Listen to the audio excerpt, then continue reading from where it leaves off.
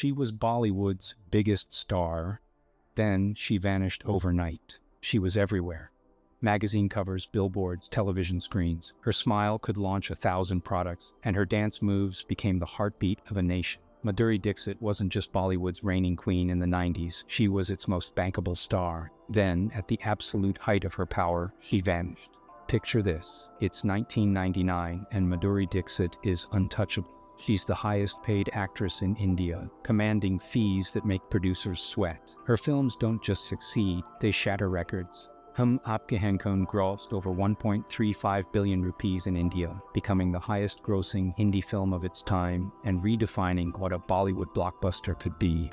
Dil To Pagal Hai brought her a 4th Filmfare Award. The nation called her the Dhak Dhak Girl after her legendary performance in Beta. And honestly, the nickname didn't do her justice. She'd appeared in over 70 films. She won 6 Filmfare Awards and received over a dozen nominations, including multiple Best Actress honors. Legendary Kathak maestro Pandit Birju Maharaj praised her as one of the finest dancers in Indian cinema. Even the renowned painter M.F. Hussain became obsessed, watching Hum Aapke Hain Koun 67 times and creating an entire series of paintings inspired by her movements. Then she made a choice that stunned everyone: marriage. Now, celebrities get married all the time, but Madhuri didn't just get married. She married cardiovascular surgeon Dr. Shriram Nene, who was practicing in Denver, Colorado, packed her bags and moved there. Not Mumbai, not even a glamorous American city where she could maintain some connection to entertainment. Colorado.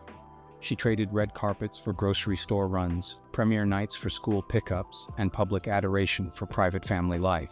The media went into overdrive. How could she leave? Didn't she know what she was giving up? The timing made no sense. Actresses fade when they age, when the roles dry up, when younger stars push them aside. But Madhuri was leaving while she could still name her price, while directors lined up at her door, while the entire industry revolved around her schedule. Here's what made it even more fascinating. Dr. Nene had no idea who he was marrying. His sister later revealed that after the engagement, he brought home a couple of Madhuri's films just to understand what his future wife actually did for a living. Think about that for a second. The woman who made 1 billion people hold their breath every time she appeared on screen was about to marry someone who'd never seen her work. The wedding itself happened in secret at her brother's home in Southern California on October 17, 1999.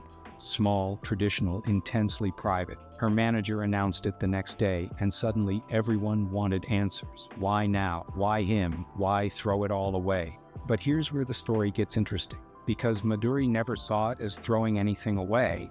Years later, in interviews, she'd explain her thinking with a clarity that challenged everything Bollywood believed about ambition and success. Everybody dreams for themselves, she said. And for me, it was about having a house, a husband, a family, and kids. I love kids, so having them was a big part of my dream.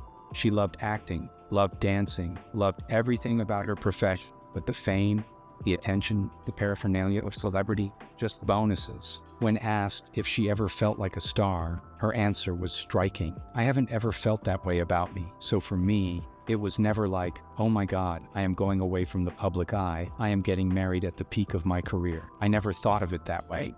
Most people assumed she'd regret it, that she'd wake up in suburban Colorado, surrounded by silence instead of applause, and wonder what she'd done. But when interviewers asked if she missed the limelight, her response was immediate. I didn't, because I was living my dream. That answer reveals something profound about how we think about success, especially for women in entertainment. We assume the spotlight is the dream, that fame is the ultimate achievement, that walking away from millions of adoring fans must feel like loss.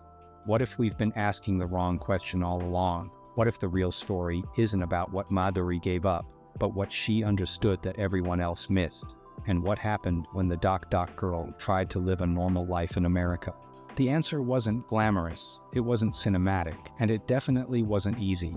Dr. Nene worked brutal hours as a cardiovascular surgeon, often disappearing for entire nights on call. Madhuri found herself alone in a new country, managing a household, navigating American suburbs, doing things she'd never done before, taking kids to school, grocery shopping without security, attending parent-teacher conferences where nobody recognized her face. She later described those years with startling honesty: the loneliness when her husband worked consecutive 36-hour shifts, the exhaustion of single-handedly managing two young boys, Aaron and Ryan, born in 2003 and 2005. The moments when something important happened and he simply wasn't there because he was in a hospital saving someone else's life. But here's what nobody expected. She didn't unravel. She recalibrated. Dr. Nene, despite his demanding schedule, would come home exhausted and still insist on doing household chores, telling Madhuri to rest. They built something real in the mundane routines that celebrity couples rarely experience. No cameras, no handlers, just two people figuring out marriage like everyone else. Then came 2007. Aditya Chopra offered her a comeback. Aja Nasle, tailor-made for her return, about an NRI choreographer coming home to save the theater where she learned to dance. It felt symbolic, personal. The role seemed perfect. The film underperformed at the box office. Critics appreciated her performance, but audiences didn't turn out in the numbers expected. After 5 years away, audiences had moved on.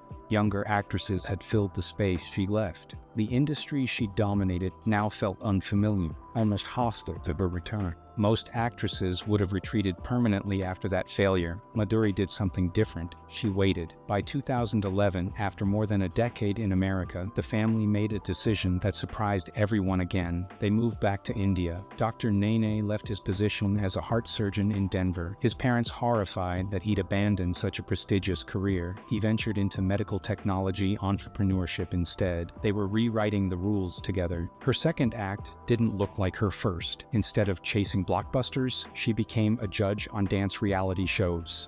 Jalak Dikhla Ja Dance Diwan. She chose selective film roles. In 2014, 7 years after her failed comeback, she played Begumpara in Dead Ishqiya, a con woman with layers of deception and charm. Critics rediscovered what they'd forgotten. She earned yet another Filmfare nomination, reminding the industry exactly what it had been missing. Then came something nobody saw coming. Total Dhamaal, in 2019, became one of the biggest commercial successes of her second innings. Not because she carried it alone, but because she'd learned to be part of ensembles, to share space, to exist in Bollywood without needing to dominate it. Most recently, Bhulaiyaa 3 in 2024 marked another major commercial success in her second act. Her dance duet with Vidya Balan on Ami J Tamar 3.0 went viral. At an age when most actresses are offered mother roles or forgotten entirely, Madhuri was trending. Dr. Nene speaks candidly about what it's like being married to a legend. He calls himself the accidental Yankee in King Arthur's court, just along for the ride. Sometimes it gets him down, he admits, when people see him only as her lesser half. But then he pivots. She is my wife and partner. We came from very different worlds, yet similar. Neither of us thought this would happen. I would say this is the most amazing thing in my life.